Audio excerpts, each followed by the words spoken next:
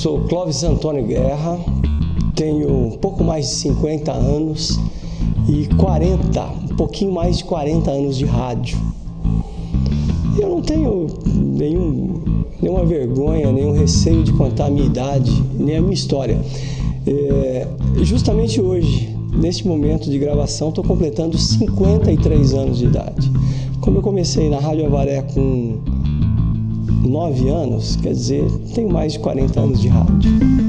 Na escola, eu tive uma infância muito feliz, extremamente feliz, né? Dentro de casa e na escola também. Mas eu tenho um irmão, né? O Cláudio Guerra, e uma irmã, que é a Nida Maria, que é 8 anos mais velha que eu. E o Cláudio mais ou menos da minha idade, um pouquinho mais jovem, né? E foi uma coisa assim do destino até, que eu perdi uma tia muito cedo e 2 primos vieram morar na minha casa. O Marquinhos, que é da mesma idade do Cláudio, e a Thelma, que é um pouquinho mais nova que eu. Então, a minha casa era sempre cheia de muita gente, né? Éramos em 3, os filhos, né? Do Clóvis Guerra e da dona Nida, e mais os 2 primos que vieram e acabaram, né, nos deixando em 5 em casa. Além disso, a minha família é muito grande, os primos sempre junto com a gente também, companheiros inseparáveis, por exemplo, o João Guerra, que é do Empório Café hoje, que é meu primo e irmão, mais ou menos da minha idade também, e o Zé Fernando Coelho, que é o irmão da Rita Coelho, a psicóloga, né, casada com da Irani Carpetes. Então, nós vivíamos juntos dentro de casa. Então, era sempre uma família grande, um monte de gente reunida e tal. Agora, na escola, eu não sei até exatamente o porquê, mas a maioria dos meninos da minha idade normalmente entravam naquilo que era chamado, naquela ocasião, de pré-primário. E eu não tive essa experiência. Eu fui direto para o primeiro ano, talvez pelo fato de eu ter nascido em junho, né? Ao invés de eu entrar 6 meses atrasado, mais tarde, né? Porque normalmente a gente teria que entrar no primeiro ano com 7 anos. E eu entrei com 6 anos e meio. Então eu era normalmente o menor do grupo. Eu estudei no Matilde Vieira. E eu me lembro que no primeiro dia de escola, eu não estava sabendo absolutamente nada do que estava acontecendo. E o Matilde, naquela ocasião, estava em reforma. Então, o meu primeiro dia de aula foi no Maneco Dionísio, onde eu, pela primeira vez, entrei na escola. Eu percebia que, talvez possa até ser impressão, todos os demais meninos já estavam meio que enturmados, e eu não conhecia absolutamente ninguém ali naquele momento. E eu estudei ali no Matilde, no Maneco, acho que foram alguns dias. De repente, até terminar a pintura da reforma do Matilde Vieira. Aí eu fui pro Matilde, né? E aí comecei a conhecer novos amigos, alguns amigos, inclusive, que seguem comigo até hoje. É o caso do Gabrielzinho Domingues, né? O Amauri, que é um morador lá do Paineiras, já aposentado, acho que da polícia, trabalhou na penitenciária. Enfim, alguns amigos. E dentre esses amigos, um que acabou ficando mais assim junto comigo foi o Cláudio Fázio, que coincidentemente era parente. Ele era primo do meu pai, mas eu não o conhecia até então. E nós depois nos tornamos parceiros aí de música, de festivais. Nós fizemos o Botucanto junto, muitos anos depois. E a vida minha com o Cláudio Fázio foi uma coisa até bastante interessante, porque nós fizemos o grupo junto, né, lá no Matilde, e depois nós nos desencontramos, porque a partir do ginasial, eu mudei para Botucatu. Ele ficou em Avaré. Quando eu saí de Botucatu, ele foi para Botucatu. E depois nós nos encontramos bem mais tarde, ele já fazendo música, foi já na segunda Fanpop que a gente pôde se reencontrar assim para exercitar a amizade que a gente tinha. A gente de vez em quando se encontrava aí nos velórios da família, né? Ou nas festas, nos casamentos e tal.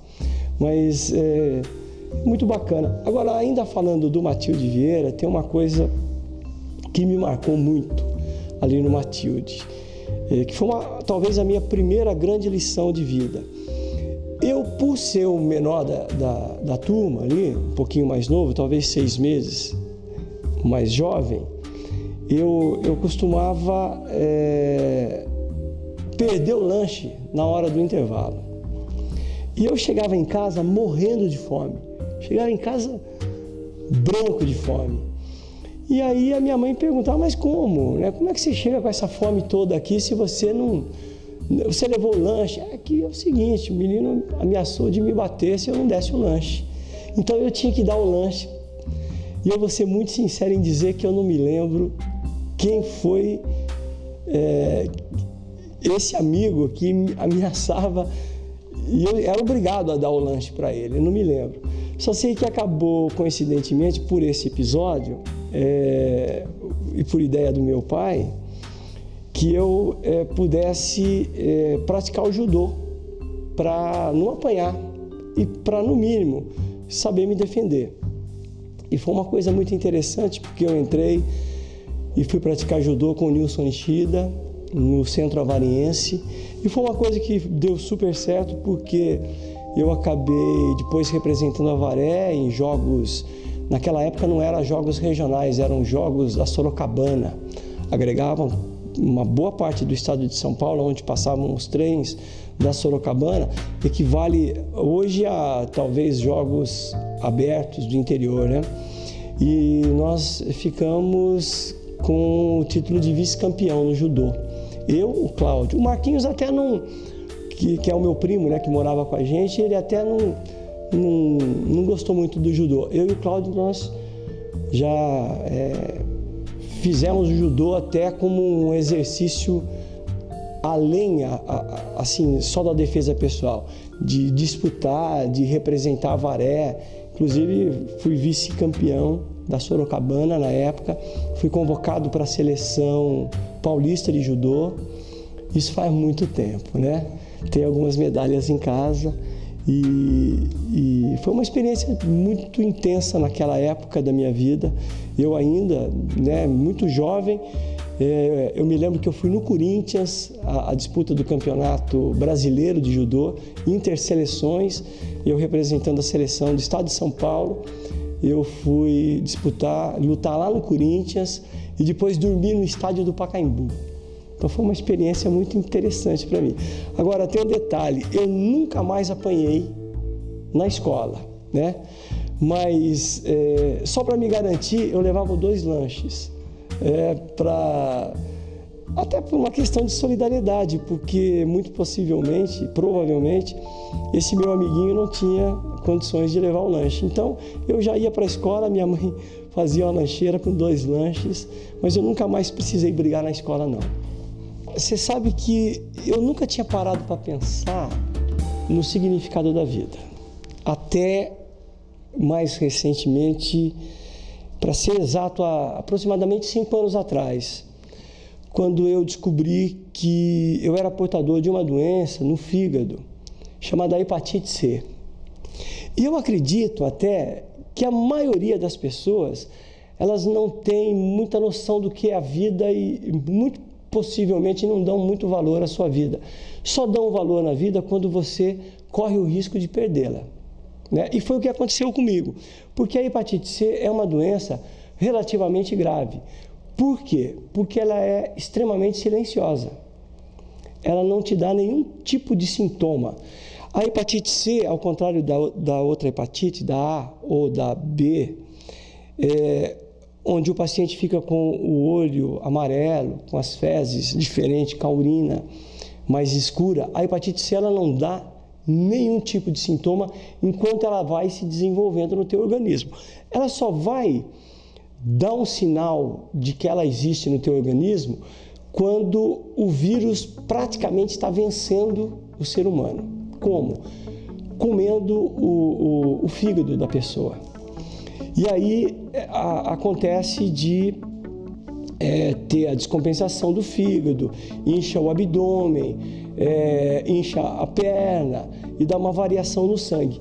E eu, graças a Deus, foi um acaso, até para mim foi uma sorte muito grande, que eu descobri ser portador da hepatite C antes de eu sentir qualquer tipo de sintoma, né? Então, eu fui, sem querer, descobri que eu era portador da hepatite C. E aí, quando eu iniciei o tratamento da hepatite, a princípio eu tomei um susto, né? Porque a primeira coisa que você faz quando você descobre que tem uma doença é você, hoje no mundo moderno, é você ir lá e perguntar para o Google, né? O que é que está acontecendo?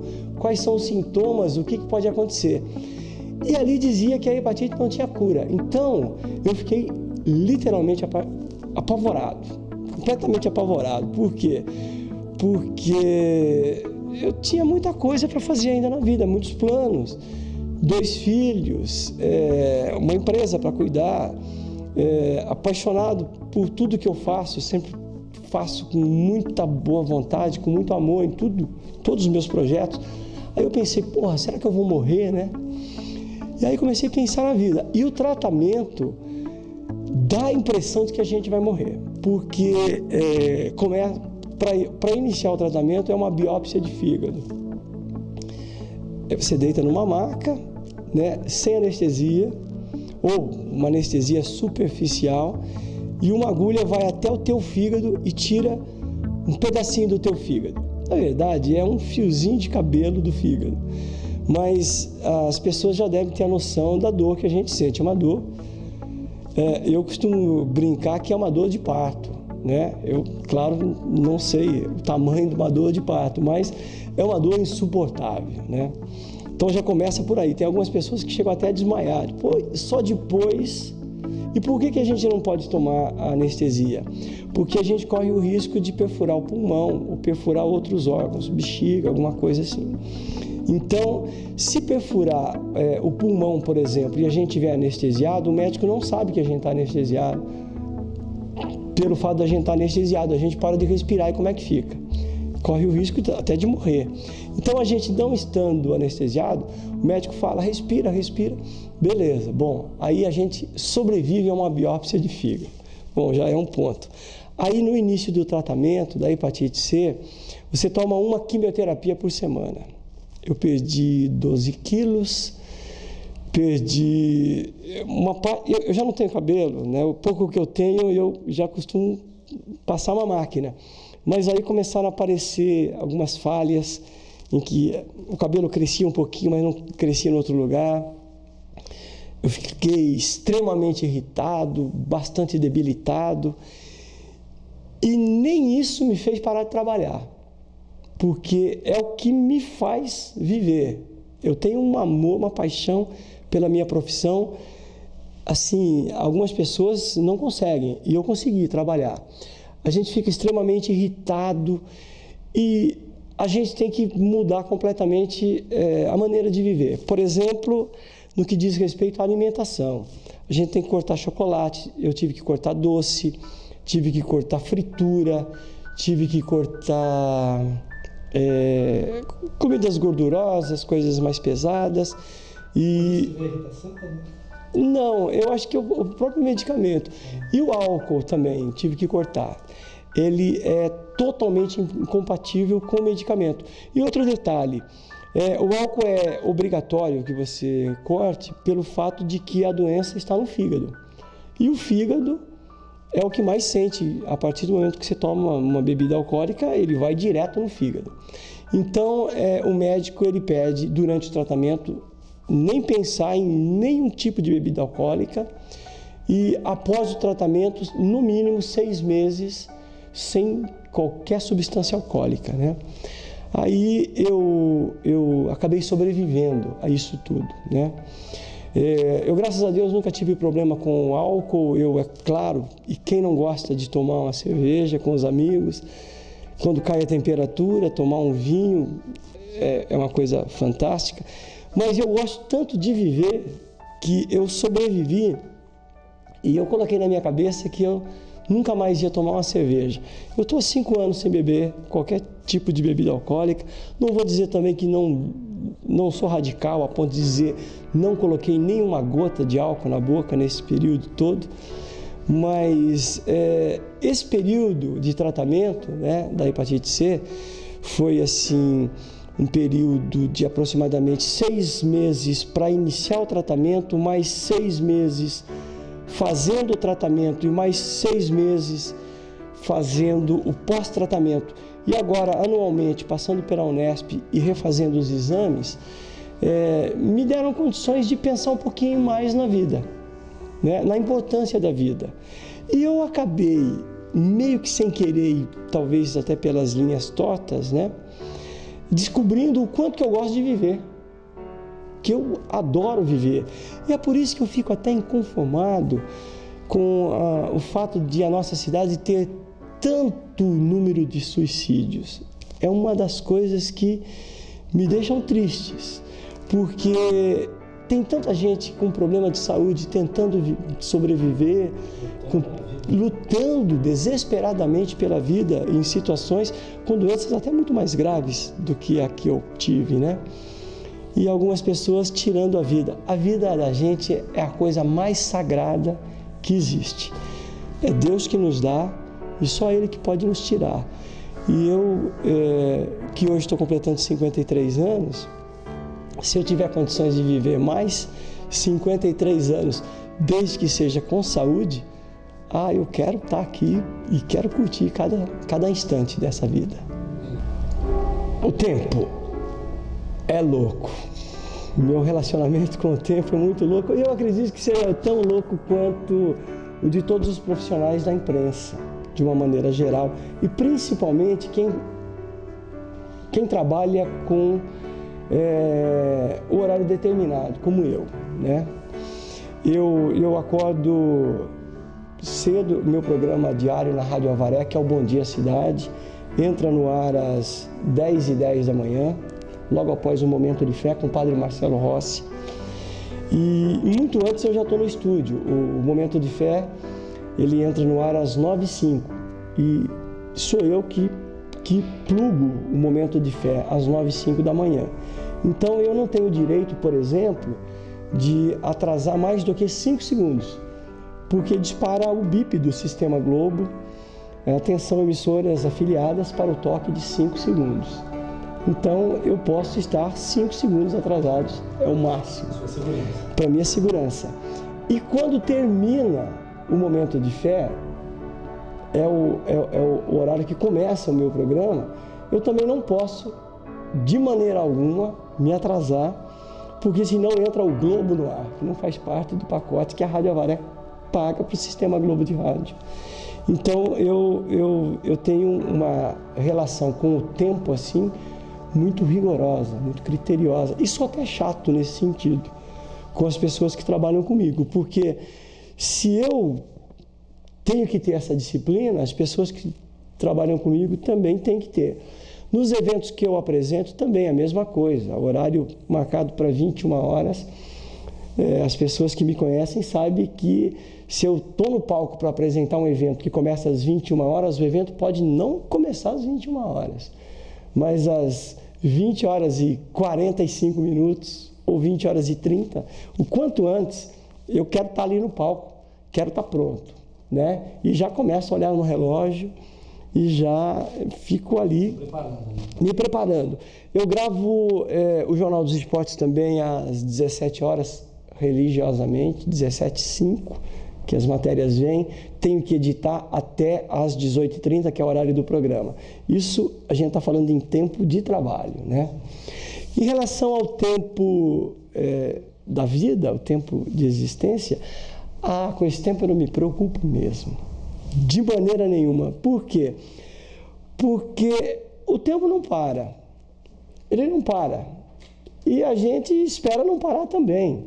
E se eu tenho uma vida atribulada e eu corro junto com o tempo, eu não quero nem saber se eu estou ficando mais gordo, se eu estou ficando mais magro, se eu estou ficando mais careca, se eu estou ficando mais velho, se eu estou ficando mais feio, sabe? Eu descobri, e talvez isso tenha sido uma grande lição que me foi passada pelo Elias de Almeida Ward, que a idade da gente está dentro da cabeça. E principalmente pelo fato de eu estar cada vez mais trabalhando com pessoas mais jovens, inclusive com Elias de Almeida Ward, que apesar de ser um pouco mais velho que eu, continua eternamente jovem, com ideias jovens, com ideias frescas, eu não me preocupo com a idade, com o tempo, com o passar do tempo, né? Eu costumo dizer que eu me sinto um menino ainda.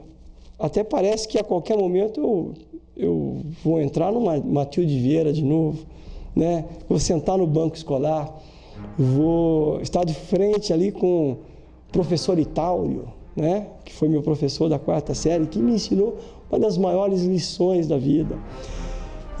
Eu não vou me preocupar com o tempo, com o passar do tempo. Eu estou sempre com gente jovem, sou amigo dos amigos dos meus filhos, viajo com eles, inclusive, com o Johnny Job, por exemplo, é amigo do Gabriel. Estou sempre junto com ele, viajando com Clandestinos, com o Ronaldo, com o André Spock, com o Du Javaro, que eu sou fã número 1 do Du, com o Marcelo Machado, que teoricamente são pessoas mais jovens do que eu. E em alguns momentos até eu paro, me silencio para ouvir o que o Du Javaro vai me dizer, às vezes me puxando a orelha, porque ele é extremamente jovem e muito parecido comigo, tem uma responsabilidade enorme. Então, no que diz respeito ao tempo, não só o tempo daquilo que se tem para fazer, mas do tempo que já passou, que a gente já fez, eu me sinto muito confortável e tranquilo com relação a esse tempo. E eu espero que ele não pare não, que ele continue e que eu siga junto. Você sabe que não pode dar risada dos sonhos dos outros, né? Eu acho importante isso. Eu tenho um sonho de gravar um CD meu. Não sei se junto com meu irmão, com o Cláudio Guerra, junto com o Zé Fernando Coelho, junto com o Fernando Caram, porque nós, alguns anos antes da Fanpop, portanto, há mais de 30 anos, nós começamos com essa história de participar de festivais, juntamente com o Fruto Primeiro, do Juca Novaes, e ganhamos vários festivais, inclusive. Ganhamos em Mogi Mirim, Mogi das Cruzes, Piraju, ganhamos prêmios em Santa Cruz do Rio Pardo, Botucatu, Juiz de Fora, Varginha, Uberaba, Uberlândia. Eu participei aproximadamente de 22 festivais e ganhamos 23 prêmios. Então, acho que isso me credencia a, de repente, a registrar um trabalho musical. Eu não digo com as músicas de 30 anos atrás. Esse projeto até surgiu há alguns anos atrás, através do Zé Fernando Coelho, que é meu primo, parceiro, e acabou se tornando uma coisa que ficou assim parada no tempo. O Zé Fernando estava a fim de regravar algumas coisas diferentes e me animou. Mas com o passar do tempo, eu acho que seria mais interessante a gente fazer uma coisa mais atual.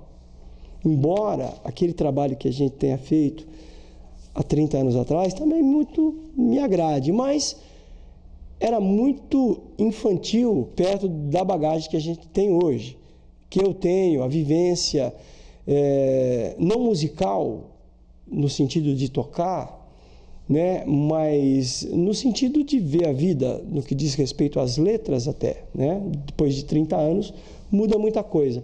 E até na questão da sonoridade, porque a música atual, ela é um pouco diferente daquela de 30 anos atrás, né? Então eu tenho esse sonho. E coincidentemente, a partir do momento que o Zé Fernando semeou a possibilidade da gente gravar e depois não falou mais na história, eu comecei a pensar em fazer um negócio sozinho. usando a minha parte. Eu sou percussionista, gosto de tocar instrumentos variados, eletrônicos e acústicos, e tive uma ideia junto com a minha neta, né? Porque eu estou fazendo 53 anos, mas eu tenho uma neta de 14 anos já, vai fazer 14 anos, né? Porque a gente estava falando de tempo alguns instantes atrás, e o tempo passou muito depressa para mim, né? Em todos os sentidos, inclusive nessa transição. Eu fui pai com 21 anos e fui avô com 38 para 39 anos. Então, eu conversando com a minha neta, tem uma afinação incrível por culpa da Lucila Novaes. A minha neta, que morou muitos anos junto com a gente, ela só ouvia a Lucila Novaes, desde bebê. E não por imposição minha, nem da minha esposa, nem da mãe dela ou do tio, de ninguém. Uma coisa dela, ela ama a voz da Lucila Novaes e os discos da Lucila Novaes. E ela começou a aprender a cantar com a Lucila Novaes, ouvindo a Lucila Novaes cantar. E sempre que a gente está junto, a gente brinca, tira um som, eu batucando, ela cantando alguma coisa, improvisando, fazendo uma espécie de um rap, alguma coisa assim. E nós começamos, há alguns anos atrás, brincar com a possibilidade de fazer um disco. Eu com ela, a princípio gravando sons ambientes. Nós fomos no Horto Florestal, gravamos sons de passarinho, gravamos algumas coisas assim que acabaram sendo armazenados no meu computador e guardados. Eu recentemente comprei um carrom do Carlinhos Beltrame, que é um luthier fantástico, um grande amigo aqui de Avaré. Comecei a desenferrujar porque o instrumentista que está em mim está bastante enferrujado já, né? Eu toco esporadicamente. Eu acho que a última vez que eu toquei no palco foi no lançamento do Aldeia com o Juca Novaes, que virou especial aqui na TV Avaré. E eu comecei a brincar com essa ideia de gravar. E eu tomei um susto muito grande porque há alguns meses atrás eu chamei a Tis agora está morando em Botucatu, e ela chegou em Avaré. Eu falei: Tis, vem cá, vem escutar uma coisa diferente. E coloquei um CD para tocar. E ela virou assim para mim e falou: não, você começou a gravar? Não me chamou? Eu falei: não é o meu disco, esse disco é o disco do Lenine. Aí ela falou: ah, mas ele gravou o disco do jeito que você estava falando que você ia gravar. Então, é uma coisa assustadora. Quer dizer, é lógico que eu não tenho a pretensão de fazer um disco igual o Chão do Lenine, mas a ideia é exatamente aquela que o Lenine fez, botando chaleira, botando máquina de lavar, botando passarinho, motosserra, e usando bastante percussão. E graças aos amigos que a gente fez durante esses 30 anos, eu acho que eu chamando os amigos aí, eles virão. O sonho de gravar um CD, ele existe. E todo mundo que está assistindo pode parar de dar risada, que de repente pode ser que ele se transforme em realidade. Você sabe que a minha profissão, ela só me dá alegrias. Tanto na Rádio Avaré, nos projetos paralelos da Rádio Avaré, e principalmente nos meus projetos de organizar festivais, de apresentar, de produzir, de viajar com os artistas. Eu só tenho alegrias. Mas tem um fato que me deixou chateado, extremamente chateado, porém, coincidentemente, foi o grande salto da minha carreira. Foi durante aquilo que seria a 15ª FanPop, né? Quando houve uma mudança muito radical na política de Avaré, e eu e os meus parceiros de realização de FanPop, eu, Juca Novaes, Fábio Correia Martins, nós fomos afastados da comissão organizadora da FanPop. Ficou decidido pela administração da ocasião de que a FanPop iria acontecer, porém sem a nossa presença.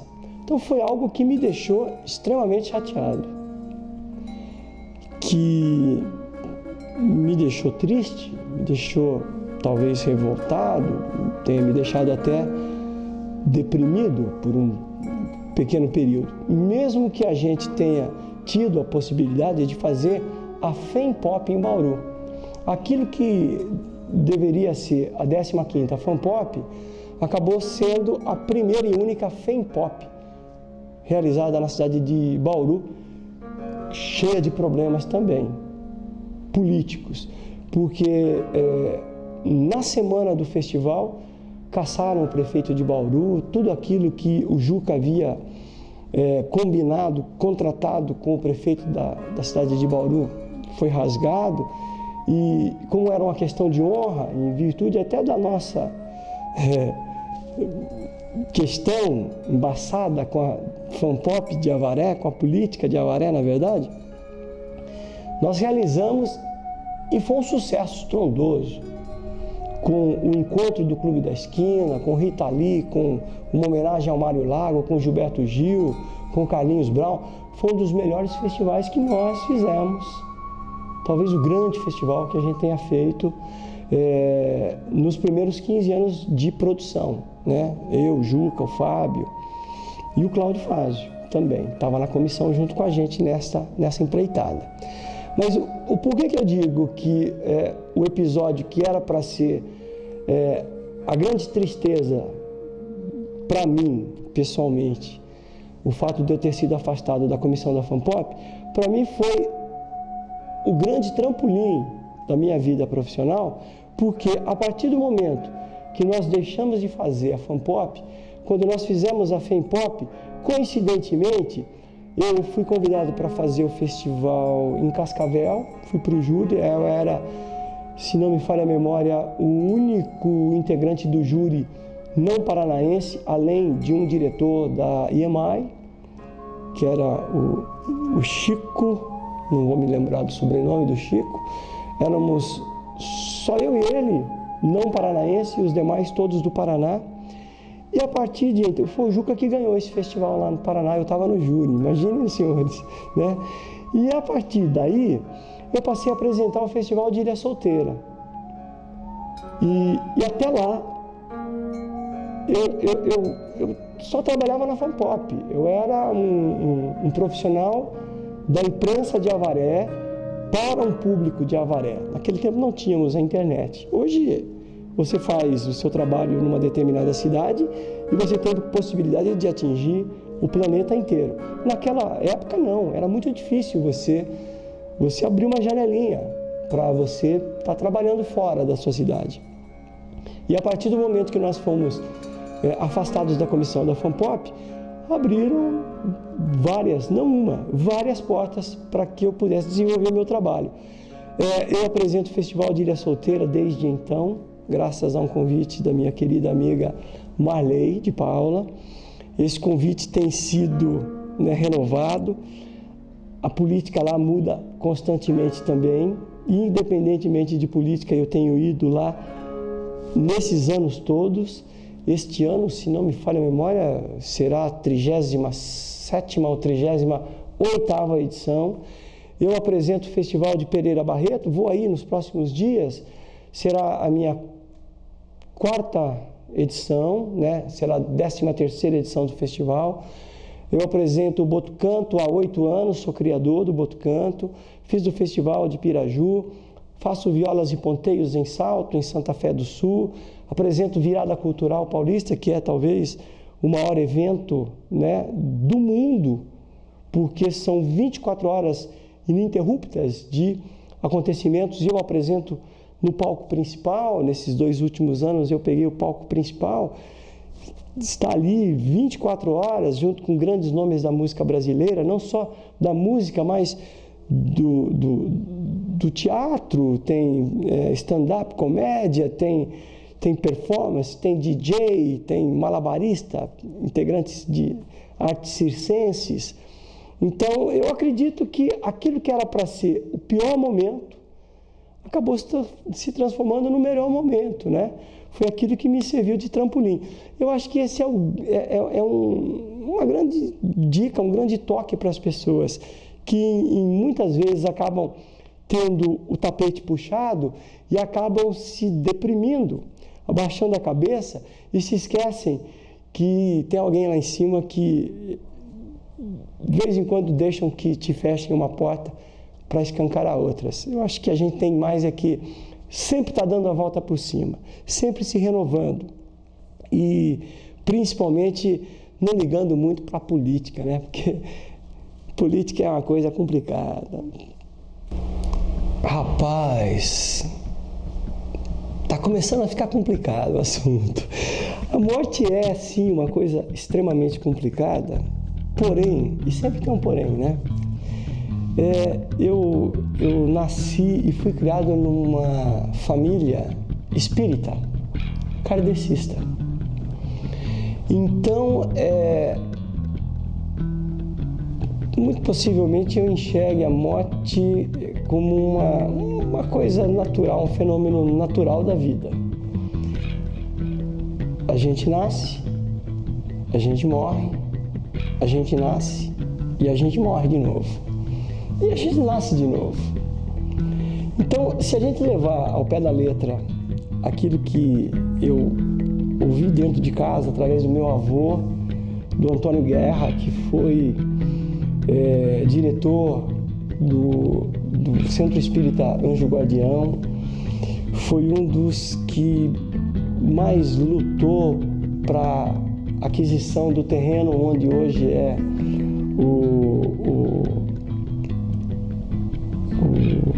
como é que chama? O Neto Guazelli? Colônia Espírita Fraternidade. O meu avô Antônio Guerra foi um dos que mais batalhou pelo terreno onde hoje está instalado a Colônia Espírita Fraternidade. Coincidentemente, eu também me casei com uma mulher espírita que é dirigente do Centro Espírita Caminho da Luz. Então, o que aconteceu? Durante toda a minha vida, a gente acaba se habituando a enxergar a morte de uma maneira diferente.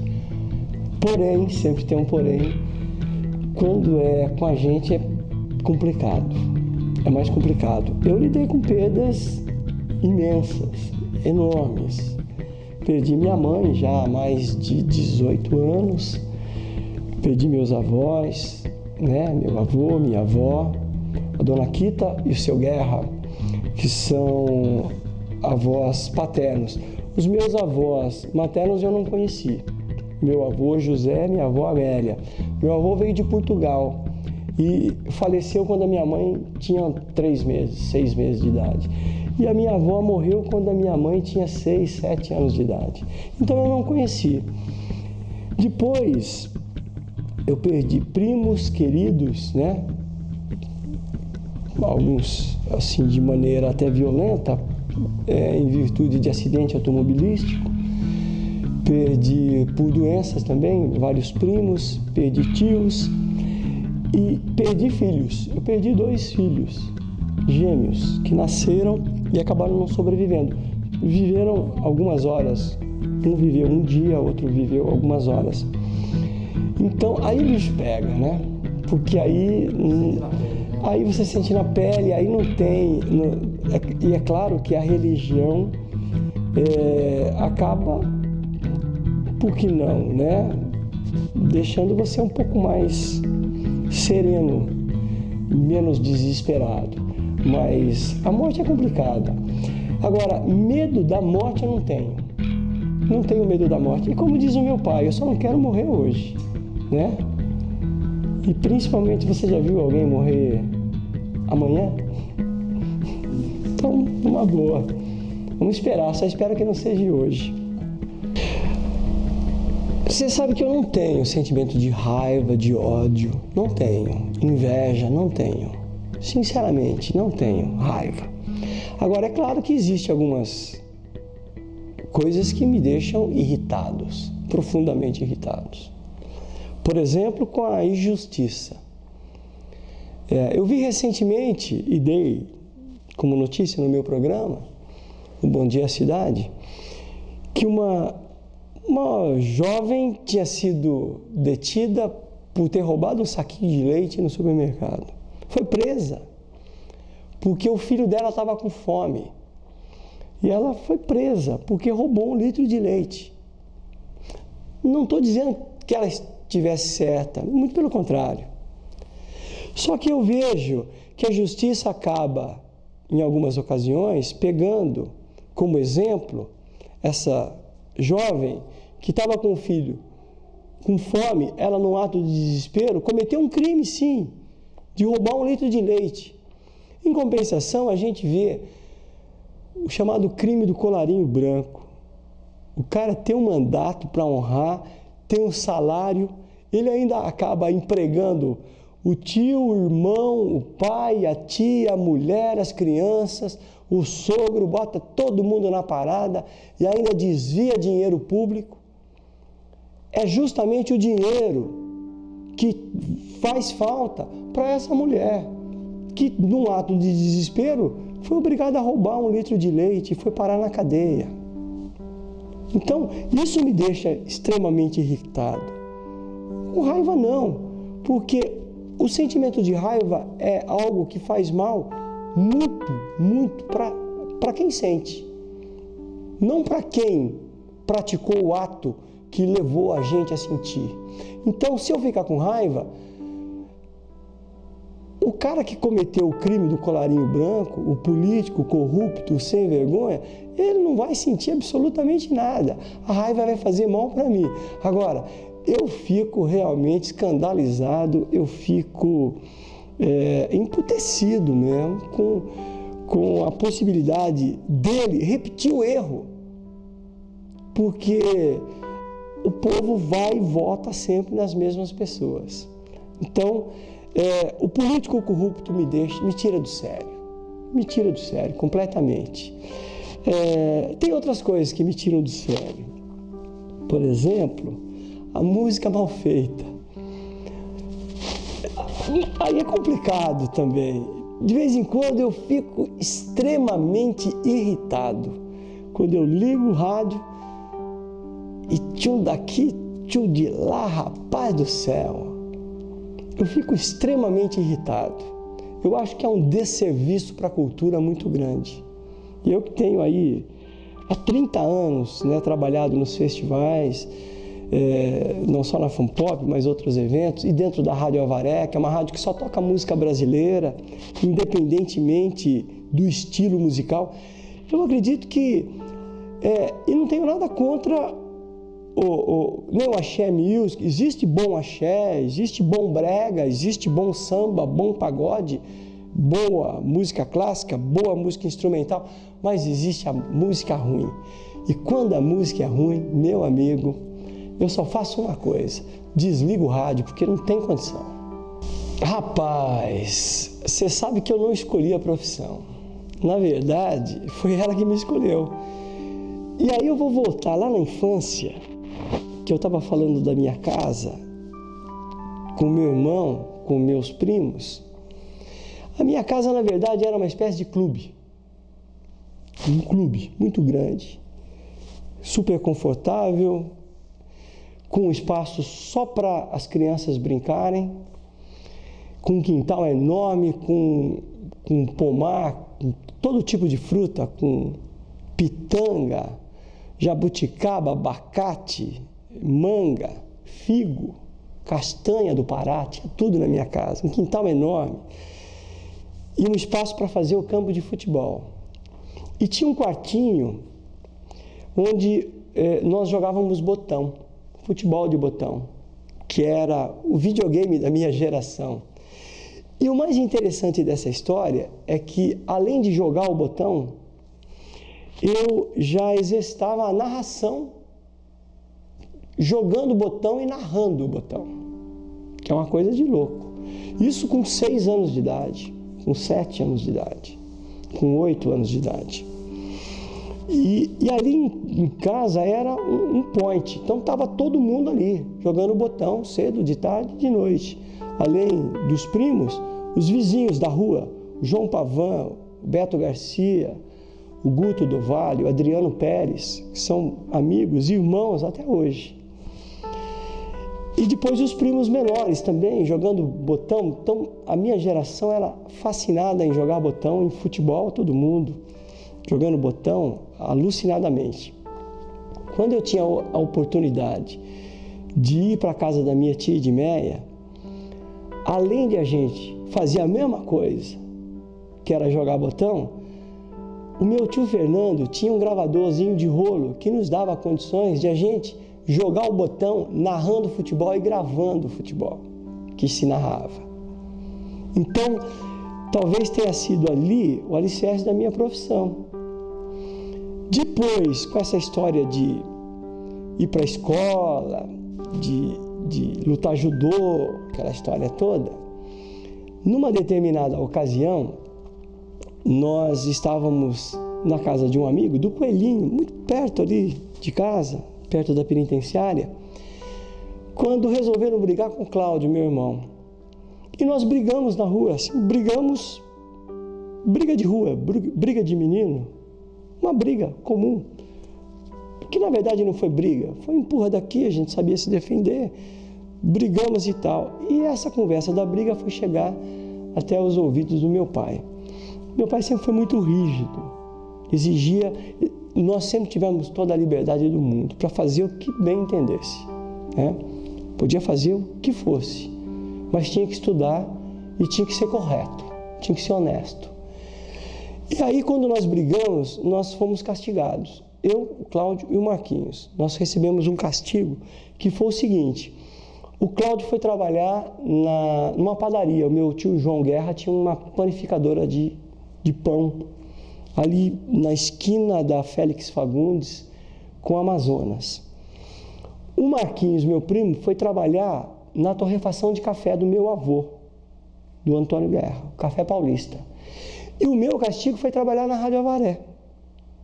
Foi uma espécie de castigo. Cara, eu vou ser muito sincero, eu adorei o castigo. Eu tinha que chegar na rádio e adorei o castigo. E eu acredito que o meu pai tenha percebido que eu tenho adorado o ambiente ali, né? Você imagina, você está ali, dentro da rádio, não pode sair, tem que ir, coisa nova, tem que ir no banco, tem o programa do Inhomusa, por exemplo. Cara, isso para mim isso aí é castigo, isso aí é promoção, entendeu? Aí eu fiquei fascinado com aquele ambiente. E o meu pai, acho que percebendo, e eu tinha um tio, que na verdade eu chamava de tio, é tio do meu pai, irmão da minha avó, Fázio Júnior, que foi diretor da Rádio Nacional do Rio de Janeiro. Naquele tempo que não tinha televisão ainda. Então, se a gente o colocar num pedestal, ele foi o Boni, né? Ou o Boninho da geração dele, o Fázio Júnior.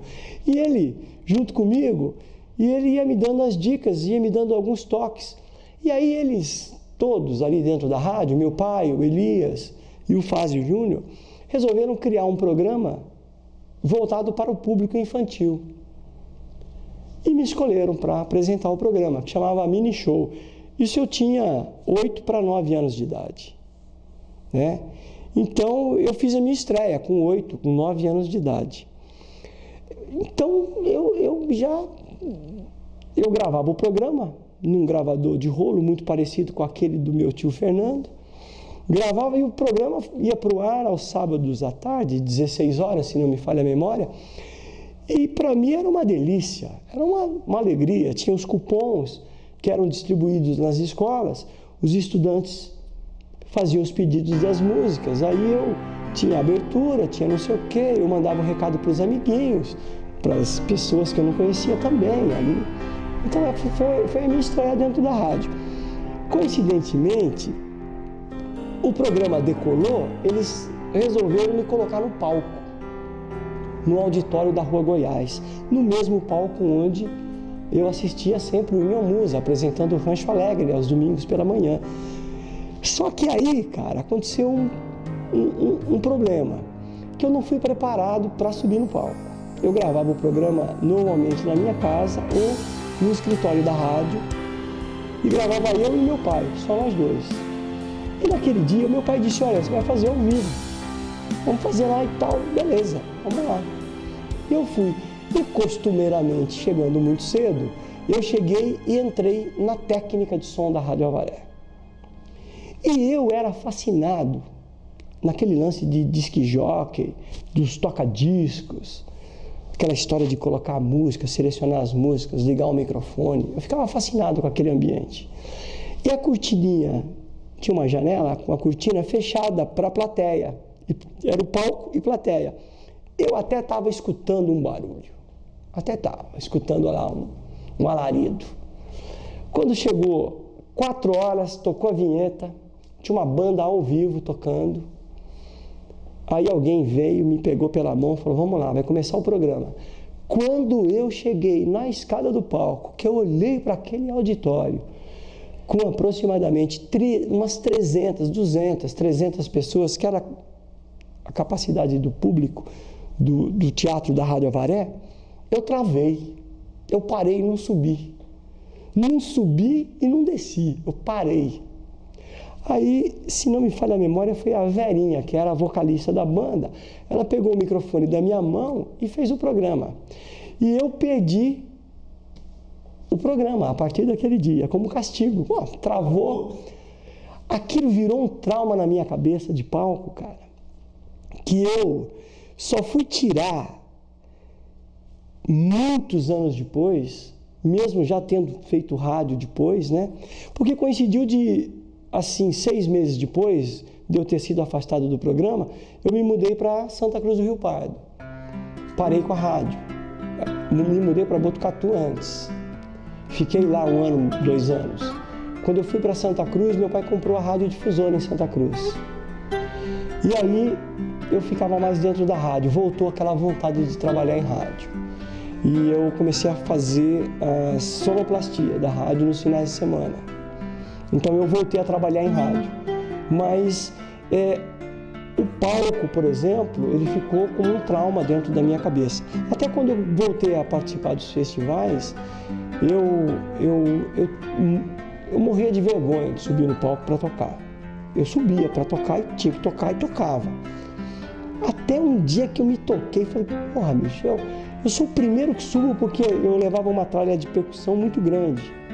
Né? Eu, Zé Fernando Coelho, Cláudio Guerra, Atu Giraldi, Fernando Caran. A gente subia no palco, mais uns músicos de Campinas. Eu subia no palco para montar minha tralha de percussão. Eu era o primeiro que subia, eu era o último que descia. E um dia, lá em cima do palco, eu estava olhando para a galera assim, porra, eu gosto disso, cara. Por que eu tenho essa vergonha toda? Né? Mas eu só fui tirar esse trauma realmente apresentando Fun Pop muitos anos depois. Né? Então, eu não sei se eu escolhi uma profissão. Acho que a profissão que me escolheu. Né? Eu, com 8, 9 anos, eu já era radialista e não sabia. Eu tentei não ser isso na vida. Eu fiz edificações, a princípio eu queria fazer jornalismo, meu pai disse, você não precisa de fazer jornalismo. Já tem a rádio para tocar aí, você não vai precisar de diploma aqui, tenta fazer outra coisa. Eu queria fazer arquitetura. Aí fui trabalhar em banco, trabalhei 5 anos no banco, no Banespa. Tive 2 lotéricas. Eu tentei fazer outras coisas na vida. Só que todas as coisas que eu tentei fazer na vida, sempre junto com rádio. Eu trabalhava no banco, trabalhava na rádio. Eu trabalhava no banco, fazia baile nos finais de semana. Fiz baile na época, no auge das discotecas, de 77 a 86, mais ou menos, 87, 10 anos de baile. Então já misturando com sonorização, já usando a bagagem do sonoplasta de rádio, já partindo para a sonorização. Trabalhei com Casa das Máquinas, com Jorge Maltner, com Isaurinha Garcia, e aí já virando para trilha sonora, para teatro. Fiz trilha sonora para um casal moderno, mas não tropo, com música original do Oswaldo Montenegro, com Erson Capri, com Matilde Mastrange. Fiz trilha para balé popular do Recife, com Arturo Madureira. Fiz uma porção de coisas, tudo junto ao mesmo tempo agora. Porque eu não sei se as pessoas perceberam, mas tudo que me convidam eu topo. Se alguém me chama, você faz uma trilha de teatro, faz uma locução, vamos fazer um festival de música, eu aceito qualquer desafio, porque eu acho que dentro da minha profissão como radialista, eu não me considero um jornalista, propriamente dito, até por não ter cursado a faculdade de jornalismo. Eu me considero um radiodifusor e um agitador cultural, né? Então, se é algo que possa levar entretenimento para as pessoas, que possa levar um pouquinho de cultura para as pessoas, se me convidar, estou dentro. Eu acho que só hoje eu me transformei aqui, agora, várias vezes, voltando para o passado. E eu me dou esse direito de me transformar. Eu até admiro as pessoas que seguem uma linha reta na vida, que têm uma ideologia, que pensam de uma determinada maneira e seguem aquilo para toda a vida. Eu acho interessante até, mas eu não consigo fazer assim. Não consigo. Eu me dou o direito de mudar de opinião. Eu só não mudo de clube de coração. Eu nasci São Paulino, vou morrer São Paulino. Embora morra de paixão pelo noroeste de Bauru, por exemplo, né? Pelo fato de eu ter morado em Bauru, ter estudado em Bauru, ter vivenciado experiências incríveis em Bauru, né? Meu pai hoje mora em Bauru. Só para se ter noção do porquê que eu me dou o direito de me transformar, eu quando tinha 14 para 15 anos, eu fugi de casa para assistir um show dos Mutantes. É claro que quando eu voltei para casa, eu apanhei muito. Apanhei de esguicho, apanhei de chinelo, apanhei de tudo. Meu pai morava em São Paulo, eu morava em Santa Cruz do Rio Pardo. E o Guga Domênico, que era meu vizinho, que foi um dos fundadores do Língua de Trapo, uma banda muito interessante do movimento Lira Paulistana, movimento da vanguarda paulista. Ele é músico também, o Guga, poeta, professor. O Guga me deu o toque, vai ter um show do Mutantes lá em Bauru. Vamos embora. Só que o Guga foi com o irmão e não me deixou. E eu fui e peguei uma autorização com o juiz que a minha mãe tinha que assinar. Eu saí do fórum, assinei Nida Rocha Guerra, voltei com o juiz, falei, tá aqui, minha mãe está autorizando, e fui para Bauru. Eu só não contava com o fato de que, após o show, não tinha ônibus para voltar para Santa Cruz do Rio Pardo. Aí eu tive que ligar para minha mãe. Mãe, estou em Bauru. Eu vim assistir o show, tudo foi feito pelo Sol, dos Mutantes, que até hoje é um dos meus discos de cabeceira, né? E ali tem de tudo. Tem música clássica, tem música progressiva, tem um rock mais rasgado, tem uma música mais calma, tem uma música chamada Cidadão da Terra. Então, até por essa minha paixão pela música, por essa minha paixão pelos Mutantes, eu me dou o direito de pensar diferente daqui a 10 minutos. Principalmente no mundo moderno em que nós vivemos. Cara, eu me lembro muito recentemente que o grande projeto dentro de qualquer emissora de rádio era não tocar o disco porque ele poderia pular, era usar os gravadores de rolo, Akai, 4000 DS, 4000 dB. A gente comprou isso tudo. Aí, eram as cartucheiras. Aí, a gente já tinha o MD, depois virou a fita cassete. Aí, entendeu? Hoje a gente estava no CD até pouco tempo atrás. Hoje é MP3, hoje está tudo no computador. Se você ficar parado lá atrás, é complicado. Então, se o mundo está mudando, por que eu vou ficar parado lá atrás? Como diria aí o Chico Science, é só você dar um passo e você já não está mais no mesmo lugar. Então, se o mundo está caminhando, se a gente está mudando, eu me sinto no direito de mudar também. É claro que existem alguns conceitos básicos que fazem com que a gente não possa mudar. Algumas coisas que a gente guarda dentro do coração. Honestidade, por exemplo, respeito, por exemplo, né? A amizade. A gente não pode estar trocando de amigo à torta direito. A gente pode mantê-los, mas fazer novos amigos é legal também. Então a gente pode estar mudando sempre. Eu acho que não é pecado nenhum, não é mal nenhum a gente estar mudando, não. Eu me sinto nesse direito e eu exercito esse direito de mudar de pensamento sempre. Vou tomar uma água. Essa aqui? Secou a boca. Falar de política seca a boca. Essa parte vocês tiram, né?